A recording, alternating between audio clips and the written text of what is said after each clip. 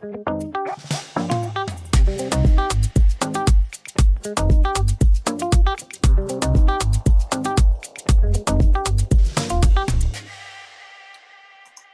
everyone, and welcome to another version of African in Motion. My name is Fahdili Maghiya, and I'm joining you from Cardiff, Wales. So not particularly somewhere hot and sunny or in Africa somewhere, but no, cold, wet Cardiff, I'm afraid. And I'll be your host for this conversation today.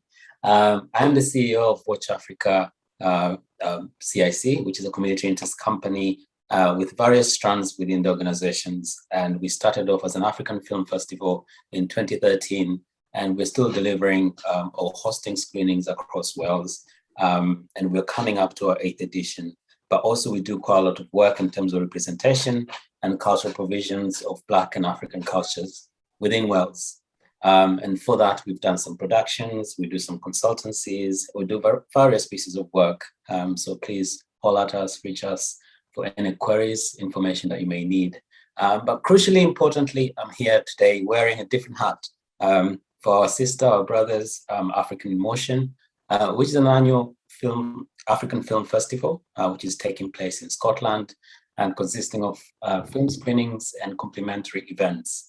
And it's now in its 16th year, so it's twice the years that Watch Africa has been running, and was established itself as a major annual event within the Scottish cultural calendar. I'll go beyond that, within the British cultural calendar, because it's a big occasion for African cinema, for African storytellers, really. And it's one of the events to look forward to. And whilst also maintaining an international profile as one of the leading African film platforms. We're pleased to be screening today the film WAHENGA, a film following the journey of John Kitime, an energetic musician in his 60s who puts together a band to revive the dying sound of Tanzanian music called Zilipendwa, or genre called Zilipendwa, which is music from the early independence era. So if you don't know the Tanzanian history, we're talking about 1960s, with 1961 being Tanzania obtaining independence from the British. So it's during that time. And I'm super delighted to welcome our guest for today. The director, to me, is a brother, he's a friend, he's a colleague of mine, Amil Shivji. And later on, not here at the moment, but we might abruptly be joined by Rebecca Corey, who I will say a little bit about herself in a minute. But to begin with, welcome, Amil. Thank you. Thank you so much for having me. You're welcome. And just quickly, a quick bio about yourself. And obviously, I know you, but some people might not. And they might be curious to know who you are. Amil Shivji is based in Tanzania, and that's where he's from, and is a freelancer filmmaker and a lecturer at the University of Dar es Salaam. He believes in using images to challenge the powers that be, in particular deconstructing urban facades of development and emphasizing the strength and struggles of marginalized communities. He has set up an independent production house called Kijiweni Productions that is committed to telling local stories with an international standards.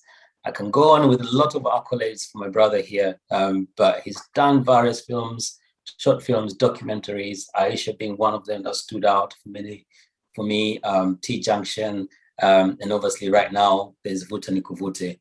But most importantly, we're here for WAHENGA. Thank you, Amil. Thank you so much. You're welcome. Where are you calling from? I'm calling in from Dar es Salaam, hometown. And how is Dar es Salaam today? Dar is good. It's good weather. It's getting darker by the minutes, but that's fine. Yes. Fantastic. Yeah, it's good to be in conversation with a fellow Tanzanian about such an important film in our history. I know, brother. It's been, and it's exciting because I think as a Tanzania and someone who's passionate about the film industry back home, to see these things coming out from our country and going beyond the borders of East Africa, I think it's really important. And I applaud you for the work that you've done on this film. Thank you. And maybe to go swiftly into the conversations that we're trying to have about the film today, what inspired you, maybe to begin with, to make this documentary? Well, to be honest, the way it started was quite, well, I guess most films could claim to start this way. I was always obsessed with Zilipendwa music, but I didn't really know how to source it, where to find it, the story behind it. And when you look up stories, you get snippets here and there, but you wouldn't really get the full kind of background to the movement of Zilipendwa music, because that's what it really was. And then I met Rebecca Corey, who is running the still running the Tanzania Heritage Project, and they dedicated their time alongside John Kitime to really revive some of the old music from the independence era and even a bit prior to then and a bit afterwards, and digitize it. So they would find the real tapes, they would collect it and they would digitize it. I remember in our office she had this machine, I forget the name of it, but it was there, it was rusty, it was old, but she was still able to digitize these real tapes. And I was really in love with the idea of what she was doing, and I thought maybe I could support by filming short clips as like promotional videos or something alongside to what they were doing in tandem with the movement of bringing back to life this music. So I started doing the short clips, and then an opportunity arose to apply for a grant from DocuBox, which is a very well-known East African documentary grant. And I think it was just maybe their second year. It was still early on, and we applied for it and we got selected. And that kind of gave birth to the idea of actually looking at a feature-length documentary where we would follow the journey of John Kitime, who, you know, he does 1,001 things, and one of them is Tanzania Heritage Project. He's a busy man. I mean, one of the struggles of filming John Kitime is that you just don't have enough cameras to capture all the stuff. So I think that's where it really birthed the idea of like following his journey and what he was doing. And with the support of DocuBox, it kind of was the launching pad for the project. It's amazing. I think they definitely you had a hook there with Kitima being the character he was. Yeah. I think he's a very lively character. He wants to do things. He wants to make things happen. And you can see when he goes to Iringa, he remembers everything that's happening in Iringa. Comes to Dar es Salaam. He's very well connected. And he came across as someone, you know, who's completely trustworthy as well. I think in terms of the musicians who were involved in the project. Yeah. I mean, he's fondly known as Uncle Kitime, right? Uncle Kitime by everyone. Yes. And they call him that not because we have a very communal culture in Tanzania, but also because he really is that uncle who just you love to be around. You want to hear stories from. He's so humble and also so giving. I mean, he's just a wonderful human being all around. And then he has wealth of knowledge as well, apart from music, just general Tanzanian culture and history. And you know, he's a consultant on everything culture related in Tanzania. So he's just, I mean, he's really an asset and one of our cultural symbols in Tanzania, I would argue. Indeed, he's a pioneer. Even during a documentary, you can hear or you can see clearly. He says he's gone to Europe, he's traveled places, but he always comes back home, and that's where he wants to be. Definitely. And thank you for highlighting how the project came about. And obviously, we can see a very crucial role that DocuBox played in terms of financing. And like I said, the product itself is immaculate.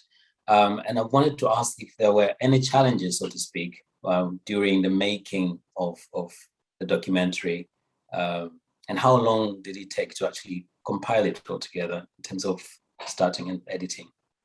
Yeah, it took 3 years from the concept itself in 2015, and then we released the film in 2018 at the Zanzibar Film Festival. And I think, to be honest, when I look back, I think the film could have taken a bit longer. And I think just because there was so much, we filmed for 2 years, we had footage over 2 years long, and there was, you know, easily 1,001 stories to be told, especially John, who has, you know, so many stories to his name. And it was one of the biggest challenges for me was just trying to find the right narrative, the story that we wanted to tell, because there was so much. There were times where the edit went this way and then the edit went that way. And it's hard to tell. I don't think one was better than the other. I think each of them had their own kind of all-encompassing story. And I wish I could tell all of them, but we had to pick one. What was the decision-making process? How did you decide which one? I think so alongside Rebecca and I as co-directors and co-producers, our editor, Jerome William, who's a former student of mine at the university, he played a big role as well in the storytelling. And he came in at a point where I think we'd already been cutting for 1 year. I was doing the editing, and then we brought him in like with fresh eyes, someone who hadn't been part of the production process, to really look at the film and make some harsh decisions. You know, like we fell in love with some of the footage or some of the scenes, or some of the shots, and he could come in and say like, okay, no, maybe we should go this way, how to tell the story better. So him coming in as an editor really was helpful. But I think after cutting for a year, it also kind of dawned on us that, you know, we're going to go through the same cycle every time. We just have to make some kind of cutoff points and decisions about where we want to go with this film. And also during post-production, I went for my master's in Toronto, so then we had to start working online. And that became a little bit, you know, it wasn't easy because of the time difference and not being in the room, being able to do things together. So I think we just reached a point where we had to make a cutoff point and say this is where, you know, what the story we're going with. Oh, fantastic. So it's 3 years altogether to... Yeah. And you in Canada doing your studies as well as trying to edit and put it all together. Amazing. Yeah. But you know what, with the film, it took me back a while actually. It took me back years. I remember our parents, more or less, I think we were age mates, you and I, and I can remember the 90s, you're walking down the streets and you can hear Remy Ongala just kind of blast out loud. Yeah. And we're looking at the genre back then, and it lived with us so much. And you're looking, and I'm just trying to draw a comparison here, maybe with Ndombolo, for example, within Congo. And what do you think have been the challenges, I guess, to do with Zilipendwa compared to Ndombolo, where it hasn't been able to maybe flourish, or has it flourished? Or there's resurgence of Zilipendwa at some point? What do you think? You know, it's hard for me to speak specifically what reasons has kept Ndombolo alive versus Zilipendwa, because I don't think they're really in contrast to each other. I think we have this circumstantial evidence to why Zilipendwa hasn't been able to be maintained, and out of many reasons, you know, there's obviously the fact that it's 14 members in a band. To be able to sustain that in itself, people's personal lives, but also salaries and making money, versus now, especially in the 90s, where you have 90s into the 2000s, you have one DJ who comes in with their synthesizer or their laptop, and they're able to perform at events, which takes away work from this 14-member band that everybody has to get paid, there's transport, etc. The other thing, obviously, was that, and this was, I think, a good decision on the socialist socialist path from Mwalimu Nyerere, which was to make the bands part of the industrial sector. So you would have industries like Rafiki Textile, or even the railways. They would have bands attached to them, and they would take on that name, so like Rafiki Jazz, or like the Workers' Union, and they would take on the name of the Workers' Union, or the jazz band, or the railway bus, and they would get salaries as like workers in the factory, and they would work in the factory. So they would be part of the nationalist struggle and have contribution to the idea of self-liberation and also self-reliance economically. But then we're also paid as musicians and given time to practice as musicians every evening. And we're using the bus and the transport and then medical insurance. So all these things were covered.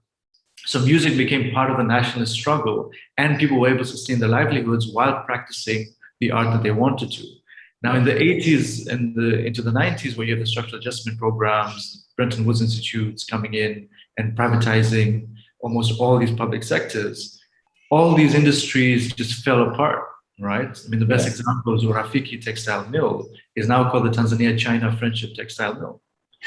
And they were not interested in maintaining these musicians and these bands. So the bands were disbanded, essentially, and they weren't able to sustain themselves as a group. And that was a huge impact on the entire genre. So John Kitime, although he doesn't claim to do it, I mean, he's very much fighting an entire system by trying to revive this music, because this music spoke to much more than just the art. It spoke to an entire political philosophy, in my opinion. Thank you. You know, that's so important. Kind of the roots and the sustenance, I guess, of Zilipendwa for the year for those years, back years, and yesteryears. Because we don't, at times, I think people don't look at the political climate with what's happening with the music itself. Like you said, they were members of staff. They were seen as members of staff. They were musicians, yes, but they're still kind of part of Mlimani jazz band, so to speak, or as you said, Rafiki jazz band, etc. So they were part and parcel of whatever that was happening, and that obviously embodies the spirit of Ujamaa altogether, as Nyerere would have envisioned it, so to speak. And Kitima played a crucial role in that, in putting all together and bringing all these different musicians. And I guess to give some context to where Silipendwa is right now, what can you say, what is the consumption of, let's start with Tanzanians themselves in terms of Zilipendwa, and then the international stage of Zilipendwa.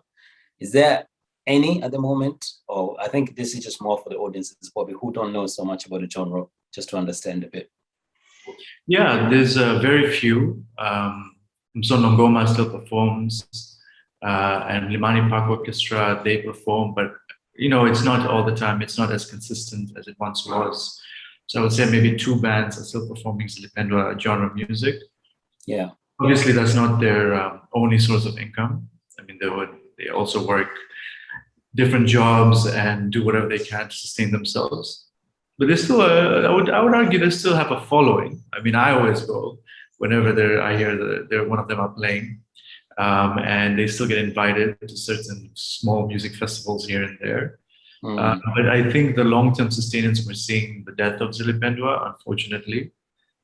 Even in the film, as I hope the audience will watch and will notice that, I don't want to give away, I don't want to spoil anything, but you kind of see a journey that almost, I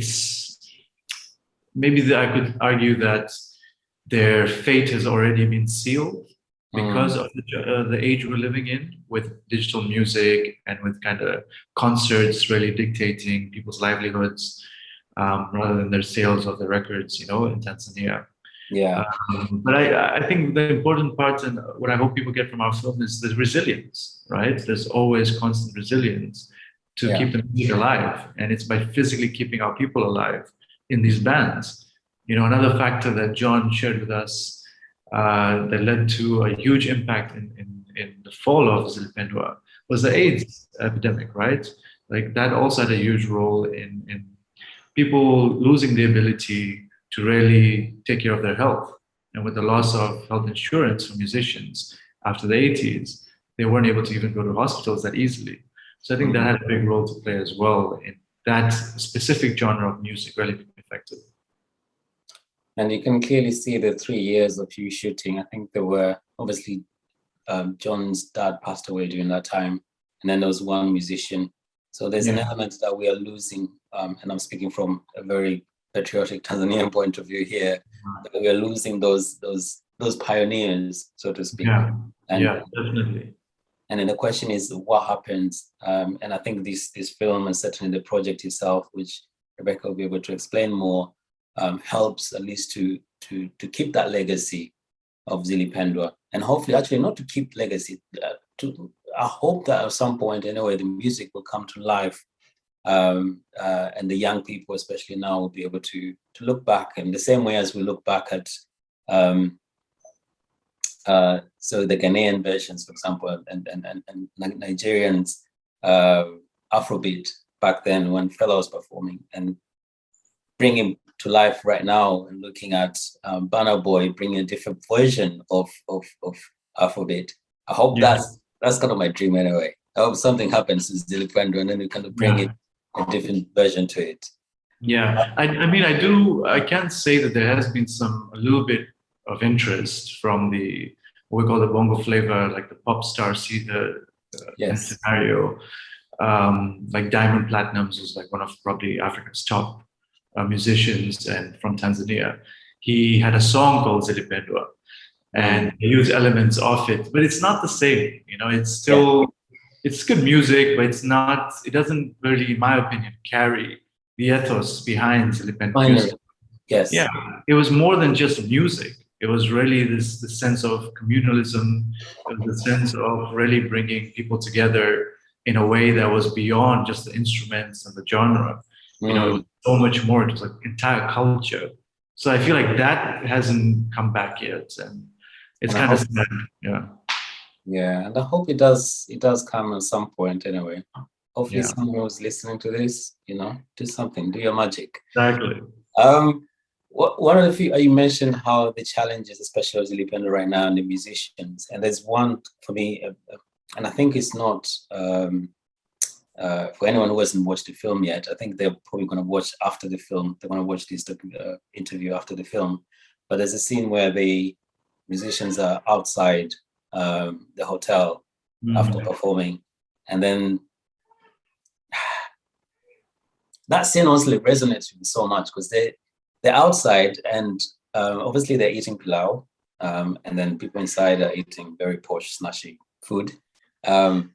And there's a part of them that makes them feel kind of feeling better, wanting to feel better about their situation, by saying that the ancestors will only eat outside, they will not eat inside, if I remember correctly. Does that somehow sum up where Zilipendwa is? Yeah, I think it's a very haunting moment, and even when we were filming it, it was really shocking that was happening. It's not something we expected at all. Yeah, and I remember how it happened. It's such a clear memory where I think it was one of the waiters at the hotel. He came up to speak to one of the band members while we were sitting on a table waiting for them to be served. Because it was a break, where musicians come out and they get to eat and they go perform afterwards. And I see them standing up and leaving. I'm like, oh, where's everyone going? I don't understand. And like, oh, we've been told to go to the parking lot. So, okay, that's a bit weird. So I start following them and I have the camera on. And I start following them and then I realize what's happening. And it's that weird moment where you're like, do you intervene and say, this has to stop happening? You have to go there and eat and everything. Or do you just keep filming and try and be what we call objective, which really I don't think you can be objective. So I spoke to John about it. And I said, look, we can easily just make a big fuss about it and make sure you guys sit inside. And it was his decision to say, no, it's fine. It's okay. Like, we're used to this. And in that moment, I said, what do you mean you're used to this?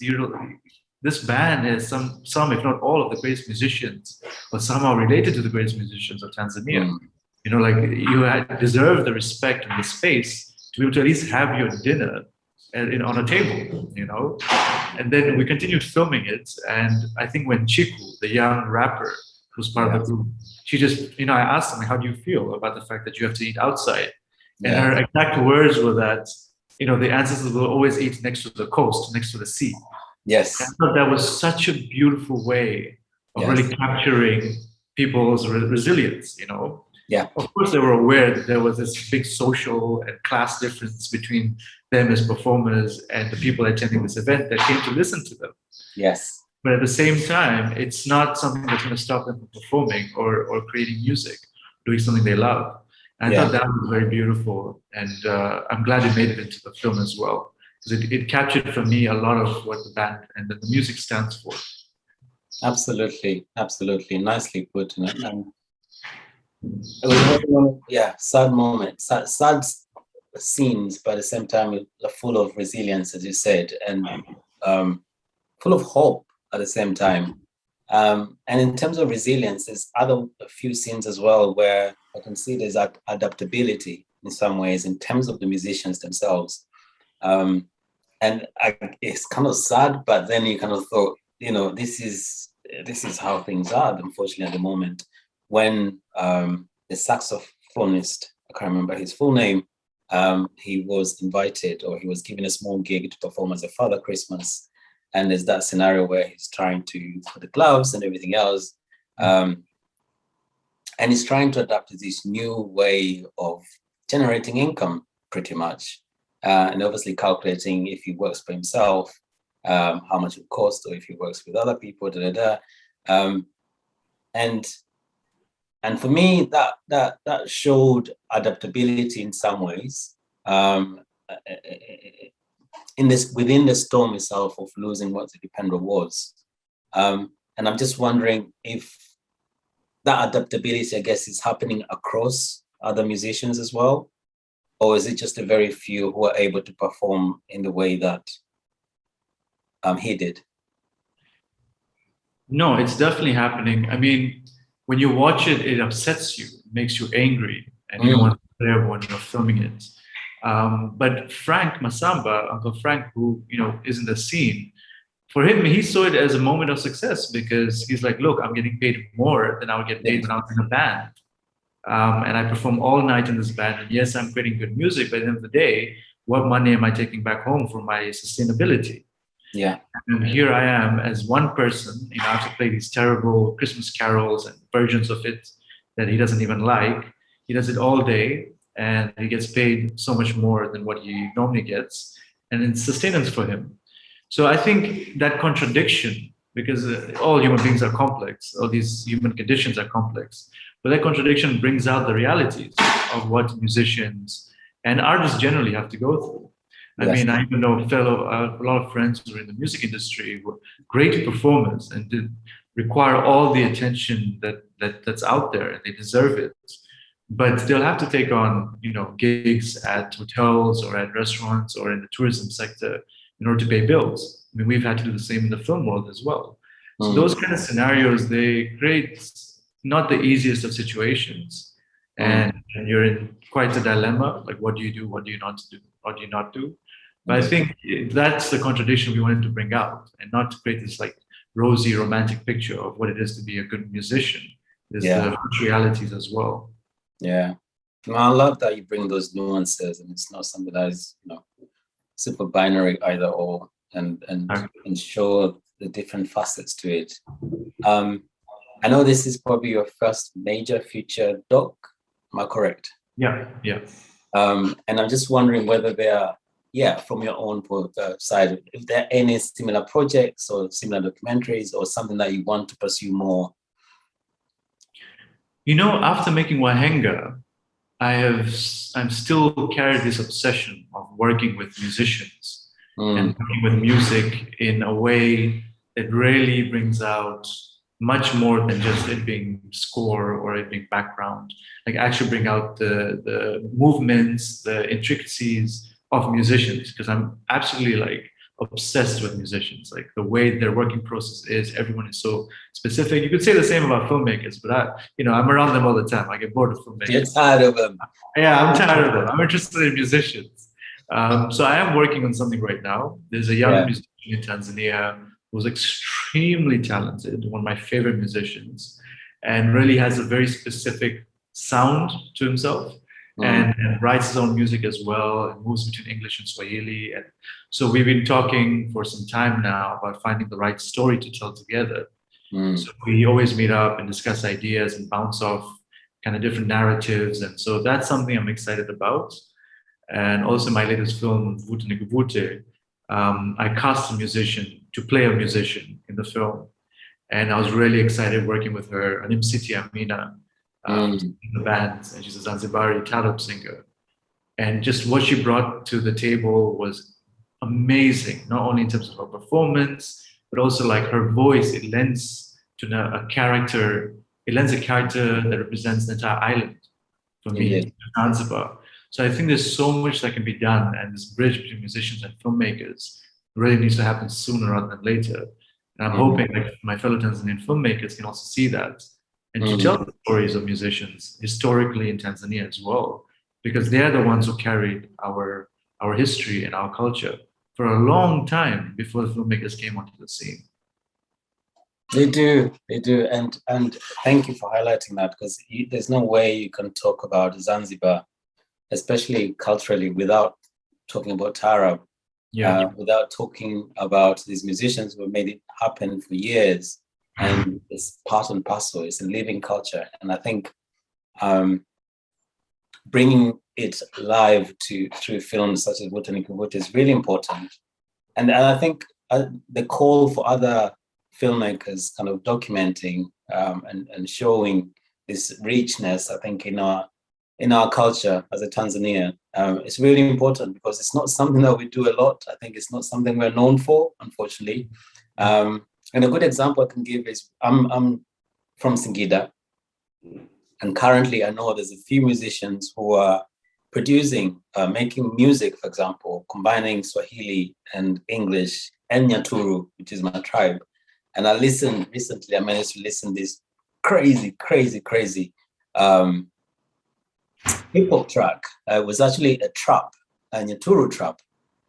And the guy was completely sick, honestly, like that is exactly what we're looking for across, where we can merge kind of our day-to-day existence, our way of living within Tanzania, not modernize it, but bring it to life in a different format, whether through music and modernizing it through trap or hip hop or bongo flavor or something else. But the fact that people are going their way to also sing in those tribal local dialects is something that I'm seeing more and more, and I'm really loving it and enjoying more. And I'm just wondering, actually talking about that point, do you see that happening in different parts of Tanzania as well? Definitely. I think a lot of what's happening in the music scene is very exciting in Tanzania, from the mainstream stuff to the independent stuff, what we would call, underground artists. There's a lot that's happening here that's very unique to Tanzanian culture. And I think it's because music has been such a strong form of storytelling in Tanzania. So, there's so many different groups and bands and using traditional music, or what's termed as traditional music, with the more digital stuff and the more modern contemporary music. I mean, even if you speak about Tarab, you have the old Tarab singers who are now doing contemporary modern Tarab, but they still sometimes will go and perform the old stuff.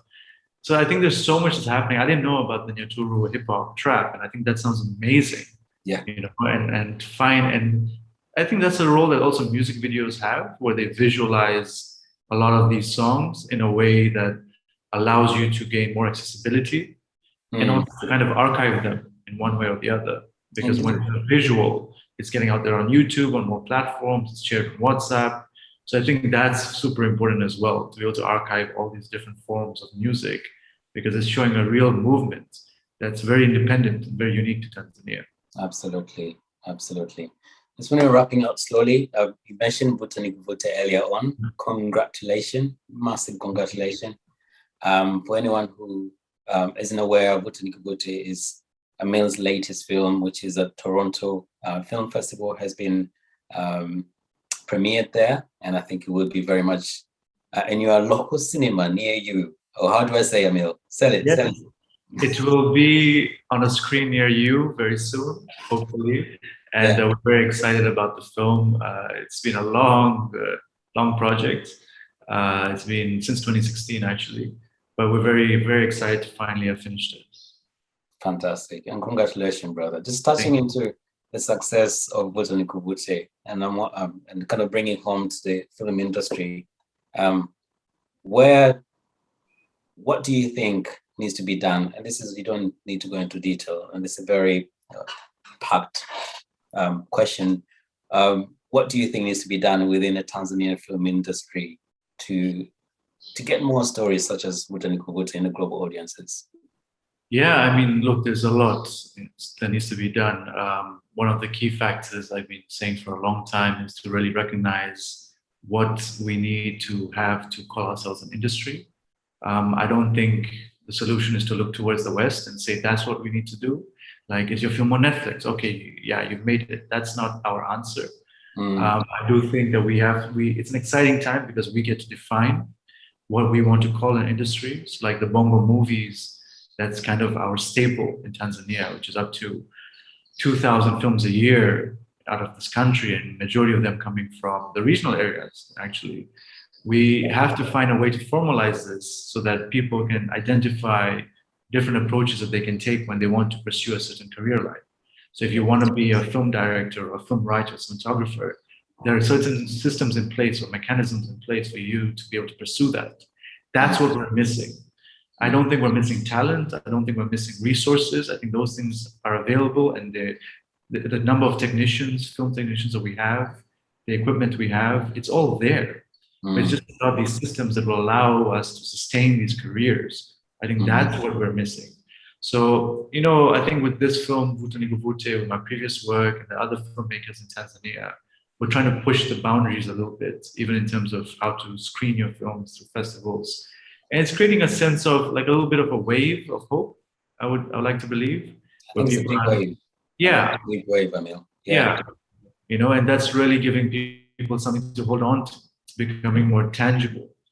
So rather than it being a complaint on a WhatsApp group or someone saying something during a Q&A about where we're stuck, it's actually becoming a tangible wave that people can hold on to through mentorship, through training, through different grants that are available. I think it's an exciting time right now. It is indeed. And as you said, basically, the talent is there. It's basically those little bits, fine tuning, so to speak, and bringing those wealth of experience and expertise. I'm wrapping up slowly, but I wanted to ask about, I think it would be unfair to finish off without talking about the Tanzania Heritage Project. And I know Rebecca is not here to answer that question, but it would be nice to give us an update where the project is, if you know anything of the project. Yeah, it's a shame she's on this call. I can't really speak to where THP is right now, but I mean, they've been doing amazing work. I think it's very important work. Just realized how dark my screen got. Sorry, it's getting a bit late here. They've been doing amazing work archiving reel-to-reel tapes and creating a database for it. One of the things that we did with WAHENGA was after we finished the film, we put the album that got made through the film and by John Kitime and the band on Bandcamp. So you can actually you can buy the album on Bandcamp. If you just type in WAHENGA Bandcamp, you can find it there. And all the proceeds go to the band. So I think it's crucial to, if you would like to support them or you believe in their journey, then somehow support them through this album. Yes. And I think, and that's really a direct result of Tanzania Heritage Project's ability to really kind of get an audience for the old music and to keep it alive one way or the other. I mean, I remember those reel tapes were so dusty and I'm allergic to that old dust. I could barely even get close to listen to it because of it being physically so dusty. And a lot of them were broken or the tapes were cut or they were scratched. So digitizing it, I think, is super important, and it's a way of really, giving it a second life. Indeed. Yeah. Amil, we can talk and talk and talk, and I think there's a lot we can continue being here and bore these people. But no, I don't want to take too much of your time either. But is there anything you want to say for the audiences and people who are interested in WAHENGA or interested in a lot of the work that you're involved in? Well, I will say I'm very thankful and grateful to you, Fahdili, for the work you're doing through Watch Africa, as well as Africa in Motion. I've been a fan of Africa in Motion for a long time. A lot of my films have played there. To be able to get our stories out of Tanzania and into spaces in the UK and across the world is really because of festivals like yours. So I think we're very grateful for that opportunity. And also on top of that, if WAHENGA is really a film for the people. So if we've given it to campuses, it's been part of the syllabus, it's been everywhere where we can get a chance to screen the film and to get John Kitime and his band really as much exposure as we can, we take it. So if people are keen on sharing the film, they can reach out to us. I'm sure our details will be on the website, and we're more than willing to share the film. Thank you, Amil. Thank you, Amil. See, there's more questions coming in. It's like, how? Anyway, we're coming to an end. Thank you, Amil. Really appreciate your time. Thank you, everyone, for joining us today. As you know, this screening today is taking place because of African in Motion.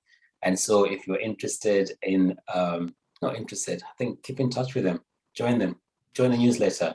But you can also get in touch with them through their Twitter handle, which is AIM Film Fest, or you can hashtag AIM Film Fest as well. And you get, all the information that you need within the social media world.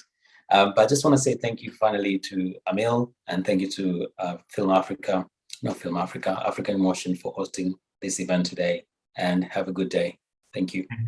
Thank you so much.